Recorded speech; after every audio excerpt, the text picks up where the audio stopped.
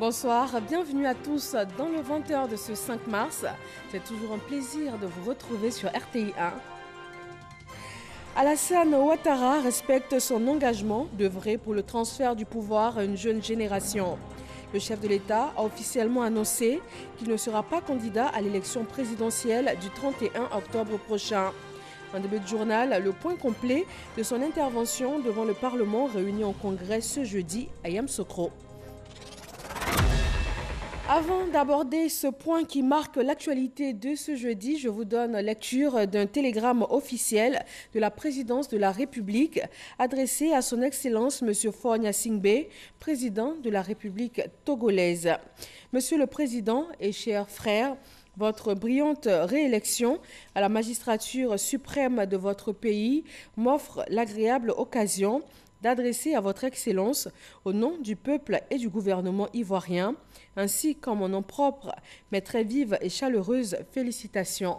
En vous renouvelant sa confiance, le peuple togolais réaffirme ainsi sa volonté de vous voir poursuivre l'œuvre de construction d'une nation forte et prospère à laquelle vous vous attelez sans relâche en vue de son bien-être. En cette heureuse circonstance, il me plaît de former des vœux choisis de santé et de réussite totale pour votre Excellence, de même que ceux de paix et de prospérité toujours croissante pour le valeureux peuple frère du Togo. Je voudrais saisir cette opportunité pour vous assurer de mon entière disponibilité à continuer d'œuvrer de concert avec votre Excellence au raffermissement des liens exceptionnels d'amitié et de coopération qui unissent si heureusement nos deux pays et nos deux peuples. Haute et fraternelle considération, c'est signé Alassane Ouattara, président de la République de Côte d'Ivoire. Le chef de l'État a fait une adresse ce matin sur l'état de la nation au Parlement réuni en congrès à Yamoussoukro. Alassane Ouattara a proposé la révision de la Constitution dans ses dispositions touchant notamment au statut du vice-président de la République, au pouvoir législatif et à l'organisation judiciaire. Et enfin, une annonce très attendue, il a fait part de sa décision de ne pas être candidat à l'élection présidentielle du 31 octobre prochain. Vijanaïma. C'est ce jeudi 5 mars 2020, à Yamoussoukro, ville symbolique, que le président de la République, Alassane Ouattara, a choisi de convoquer pour la toute première fois le congrès du Parlement ivoirien, ainsi que l'autorise l'article 114 de la Constitution de la République de Côte d'Ivoire. Le président de la République devait délivrer un message sur l'état de la nation.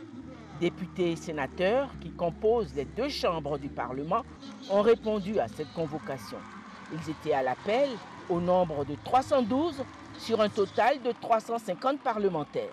C'est devant cette auguste assemblée, reflet du peuple de Côte d'Ivoire, car composé de ses représentants, que le président de la République a délivré un message dense, présentant tout d'abord son bilan de 9 ans à la tête de la Côte d'Ivoire. De 2011, année de sa première investiture, à cette année 2020. Le président de la République a rappelé les actions urgentes qu'il a dû mener pour relever la Côte d'Ivoire au sortir de la crise post-électorale, avant de présenter l'état d'exécution de son programme économique, social et politique pour lequel il a été élu par les Ivoiriens. Mis à part son bilan d'exercice, le président de la République a proposé 3 réformes constitutionnelles au Parlement. Puis en dernier, le président de la République s'est penché sur l'avenir de la Côte d'Ivoire. Là, avec une grande élégance, une grande modestie pour lui-même et une grande vision pour son pays, la Côte d'Ivoire, le président de la République, Alassane Ouattara, a fait cette importante annonce.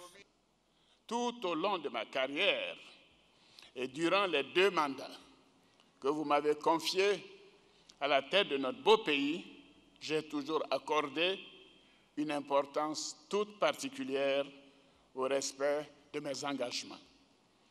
Dans le même esprit, j'avais à plusieurs occasions indiqué au moment de l'adoption de la Constitution de la Troisième République en 2016 que je ne souhaitais pas me représenter à un nouveau mandat présidentiel. En conséquence, je voudrais vous annoncer solennellement que j'ai décidé de ne pas être candidat à l'élection présidentielle.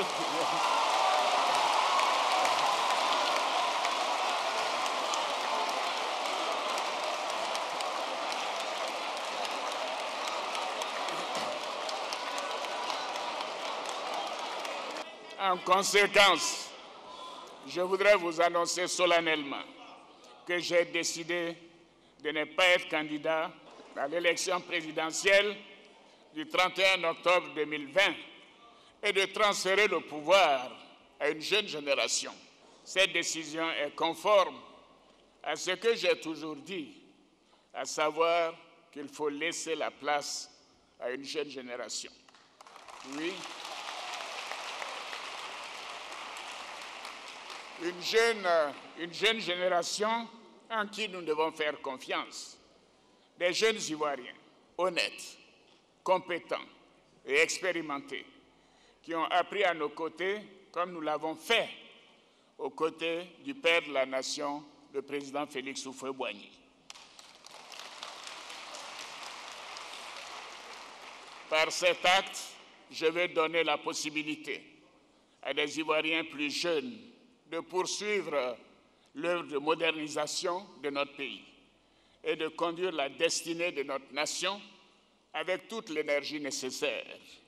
Je veux aussi assurer les conditions d'une passation de pouvoir d'un président démocratiquement élu à un autre, pour la première fois dans l'histoire de notre pays. Bien évidemment, je voudrais vous rassurer, je resterai disponible pour apporter ma contribution par mes conseils et mes relations. Monsieur le Président de l'Assemblée nationale, Monsieur le Président du Sénat, honorables députés, vénérables sénateurs, je voudrais pour terminer vous adresser mes chaleureuses félicitations pour votre importante contribution dans la bonne marche de notre pays. Je remercie tous mes concitoyens qui m'ont élu à 2 reprises et qui m'ont accordé leur confiance durant toutes ces années. Cette mission a été exaltante et cela a été un honneur, une grande fierté pour moi de servir mon pays au plus haut niveau. À tous, je vais dire que notre beau pays, la Côte d'Ivoire, est appelé à un grand destin, celui d'être un modèle en Afrique et dans le monde. C'est une promesse forte de nos devanciers. C'est un idéal que nous devons porter ensemble pour bâtir une nation forte, unie et prospère. Le président de la République, Alassane Ouattara, vient ainsi de réécrire durablement l'histoire politique de la Côte d'Ivoire en devenant désormais la boussole en matière de gouvernance et d'alternance politique en Côte d'Ivoire. Cette décision du président Alassane Ouattara de ne pas briguer un nouveau mandat a été diversement accueillie par l'auditoire. Des acclamations, des contestations et même des larmes. Alexis Ouedraogo. Il part. Il l'a dit sous les yeux de Félix Houphouët-Boigny dans cette salle de la Fondation pour la recherche de la paix. Alassane Ouattara ne sera pas candidat à sa propre succession. Dans la salle, c'est la douche froide, trahie par quelques acclamations et quelques protestations. L'émotion est intense. Presque tout le monde pleurait dans la salle quand il a annoncé qu'il n'allait pas être candidat. Les députés, des sénateurs, tout le monde était en larmes. Et Alassane Ouattara, en tout cas, est une légende. C'est un exemple. C'est un homme digne. Il est noble. C'est un démocrate. Et les hommes comme Alassane Ouattara sont rares. Après le bilan qui venait juste dégrainer, un bilan aussi extraordinaire, un bilan largement positif, un bilan incroyable. Après cela, on ne s'attendait pas à ce qu'il veut nous dire qu'il se retire. Vous voyez. Donc il y a eu beaucoup d'émotions. J'étais parmi ceux qui ont été le plus émus. Je crois que moi je suis peiné parce que j'ai tellement misé tout sur le président Alassane.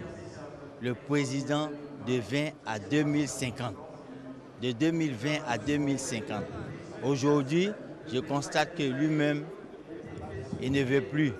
Mais je crois que c'est une décision qu'il a prise. Quand il descend du pupitre, son épouse Dominique Ouattara le rejoint sur scène pour saluer l'Assemblée. Sur les marches qui le portent hors de cette salle, on veut le toucher, profiter encore quelques instants de sa présence. Ce jeudi 5 mars 2020, Alassane Ouattara, président de la République de Côte d'Ivoire, aura gravé en lettres d'or son histoire à la tête de la Côte d'Ivoire. Voilà une annonce qui a suscité donc beaucoup d'émotions, mais ce n'est pas la seule qui a été faite en ce jour. 3 ans après l'adoption de la Constitution de la Troisième République et la mise en place des institutions, le chef de l'État a soumis au Parlement son projet de réforme constitutionnelle. Le président Alassane Ouattara a donné les articles visés par cette réforme qui va être soumise au Parlement. Je voudrais rappeler que la révision de la Constitution relève d'une procédure normale, prévue par la Constitution elle-même.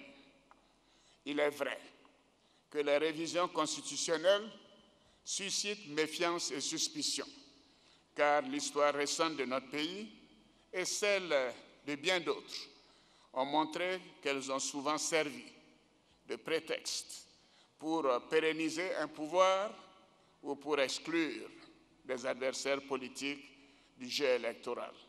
Je veux vous rassurer. Le projet de révision de la Constitution que je vous soumettrai ne s'inscrit nullement dans cette optique.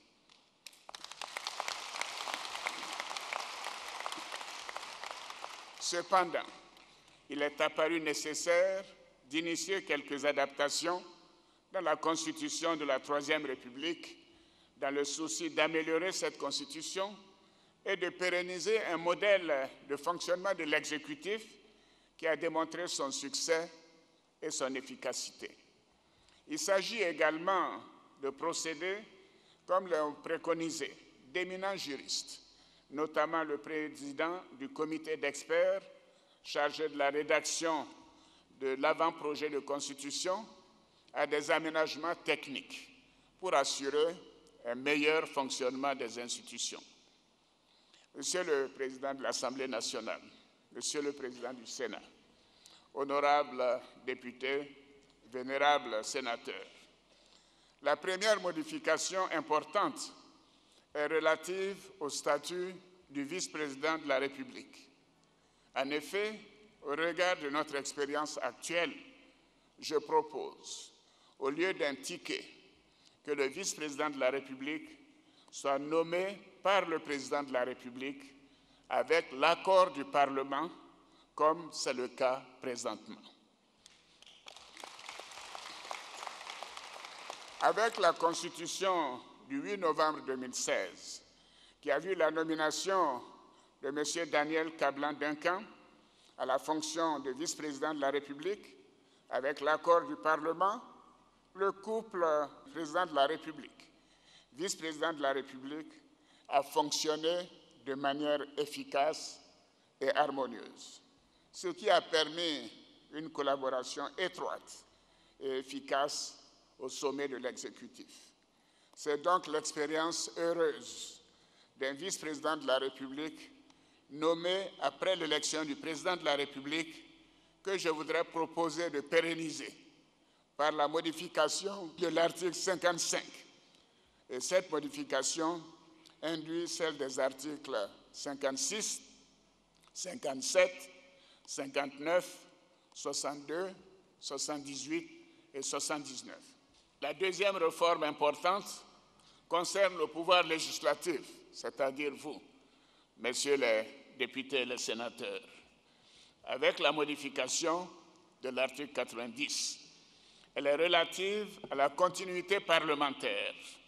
Ainsi, en cas d'impossibilité d'organiser des élections parlementaires dans les délais prescrits par la Constitution, actuellement c'est décembre 2020, il est proposé que le Parlement demeure en fonction jusqu'à l'organisation des prochaines élections.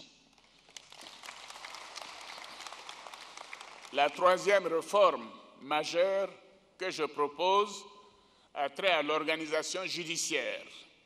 Elle vise à consacrer la Cour de cassation et le Conseil d'État comme des institutions de la République au même titre que la Cour des comptes. Ainsi, la Cour de cassation, le Conseil d'État et la Cour des comptes deviennent les trois institutions juridictionnelles représentatives du pouvoir judiciaire. Cette réforme, qui a pour conséquence la disparition de la Cour suprême, répond au souci d'une rationalisation institutionnelle en vue d'un meilleur fonctionnement des institutions judiciaires. La modification proposée porte en conséquence sur les articles 143, 144, 146 et le chapitre 4 du titre 9. Elle implique la modification de l'article 160. Les autres réformes envisagées, suite aux observations formulées par le comité d'experts, consistent en l'aménagement, au redressement de missions ou à la reformulation de certaines dispositions. Elles concernent les articles 74, 90, 94, 101, 109, 134, 137, 177 et 182. Le contenu de ces aménagements sera détaillé dans l'exposé des motifs du projet de loi portant révision de la Constitution. Cette rencontre de Yamoussoukro a réuni en plus des députés et sénateurs, également des ministres et présidents d'institutions. Ils se sont prononcés après l'intervention du chef de l'État. Les grands hommes ont une vision. Cette vision va au-delà de leur personne. Cette vision que le chef de l'État vient de nous démontrer, non seulement il aime notre pays, la Côte d'Ivoire, mais il veut que cette Côte d'Ivoire-là demeure toujours en paix. D'abord, c'est très émouvant.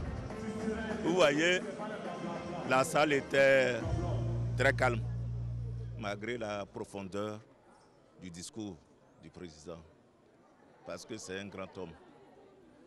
Ce qu'il a dit c'est conforme à ses engagements. Mais il est vrai qu'il a senti que beaucoup d'Ivoiriens, quelles que soient les choses, auraient souhaité l'avoir encore. Mais le président Ouattara a toujours été un grand homme. Moi, personnellement, j'ai eu la chance de le connaître depuis Dakar, depuis la BCAO, tout au début des années 80. Il est resté tel qu'il est. Et j'allais dire à notre corps défendant, il est resté conforme à ses engagements.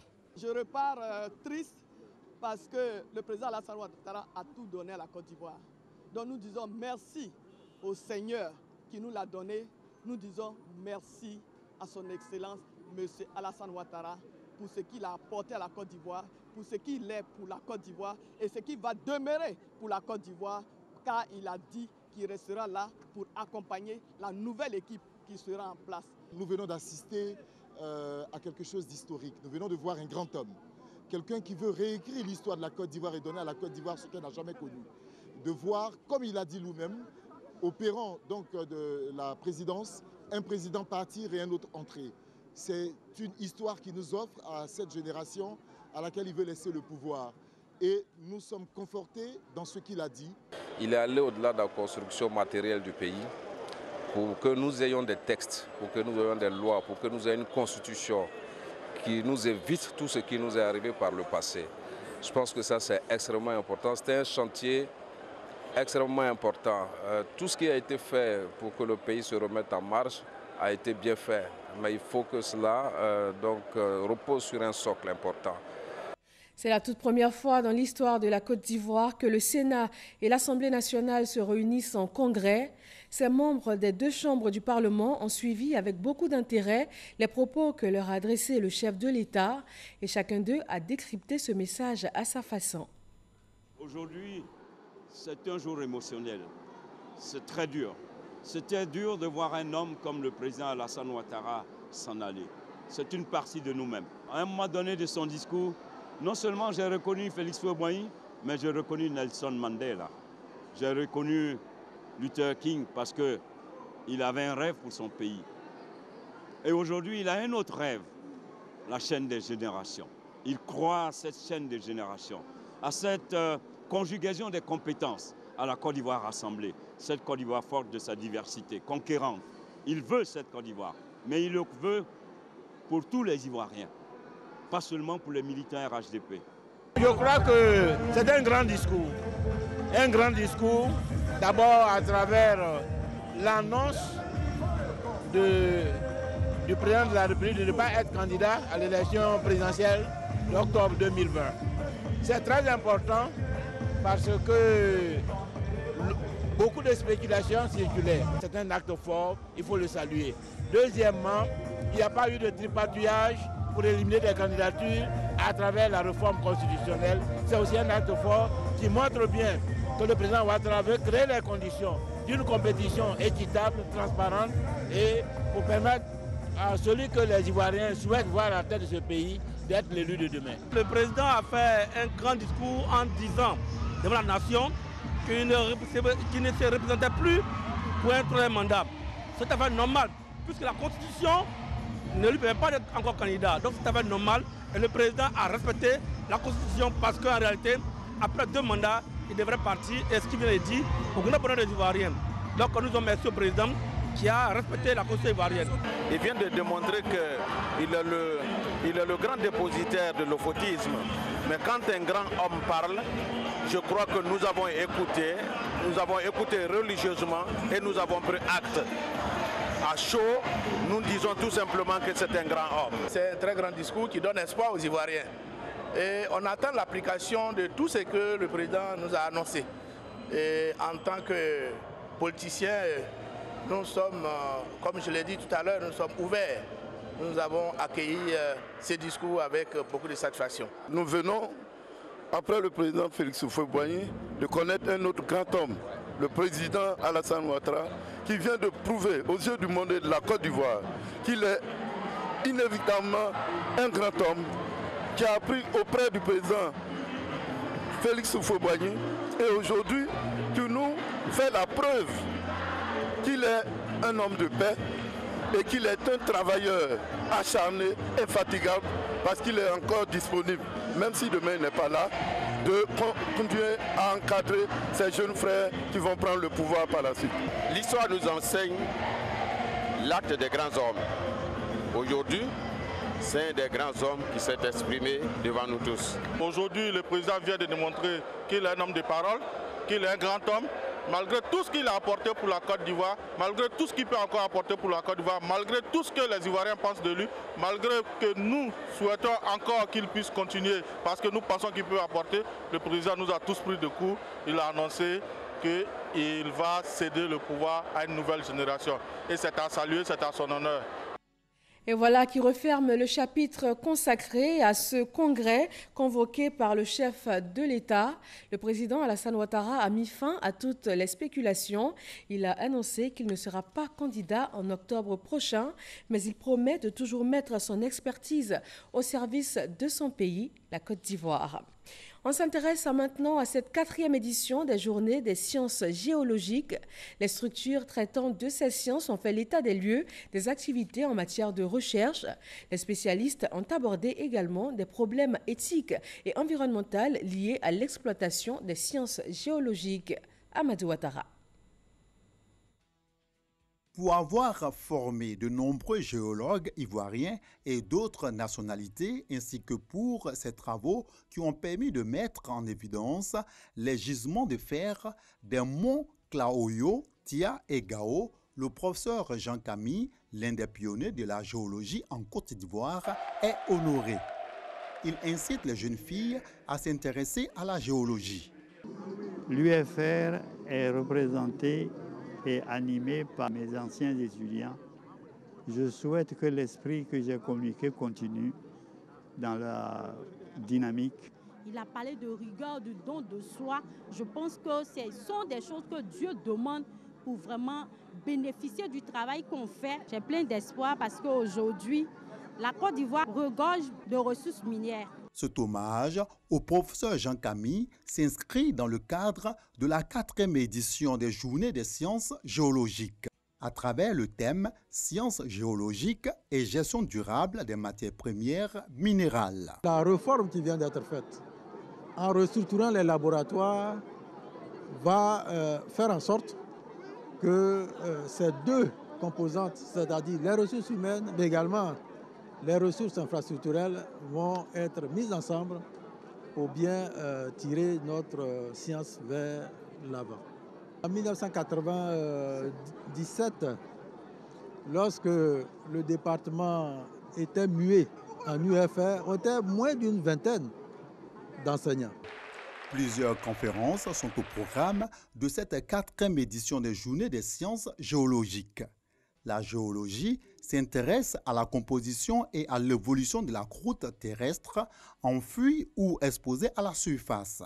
De la licence 1 au doctorat, plus de 2000 étudiants sont régulièrement inscrits à l'UFR des sciences de la terre et des ressources minières de l'université Félix Houphouët-Boigny. Ils sont encadrés par une centaine d'enseignants. Dans l'univers du spectacle et des arts en Côte d'Ivoire, le marché culturel des arts du spectacle africain, Massa, s'ouvre le 7 mars. La cérémonie de lancement a permis de donner un avant-goût du déroulé de ce rendez-vous de la culture. Issaïo. C'est effectif. Abidjan, la capitale économique, va vivre dans quelques jours au rythme du Massa, marché des arts du spectacle d'Abidjan. L'assurance a été donnée au cours d'une cérémonie de lancement au siège de la manifestation, au plateau, par le ministre de la Culture et de la Francophonie, Maurice Kwaku Bandama. Cette 11e édition, ouverte sur le monde à travers le thème « L'Afrique monde », est encore une occasion de célébrer la culture du continent dans toute sa diversité. Nous allons mettre en avant un programme qu'on appelle Allons à Bobo, qui va commencer par une parade. Ils vont danser l'Afrique monde, la mettre en scène, cette idée, et puis ensuite à la fin, ils vont avoir une sorte de hymne à la paix en commençant par la chanson à Abidjan Faro d'Espoir 2000 et termineront par Je demande pardon, une chanson d'Alpha Blondy. Le ministre de la Culture et de la Francophonie se félicite de la régularité de l'organisation du Massa depuis 2014 et de sa proximité avec la population. Le Massa n'accueille plus que des spectacles d'Afrique.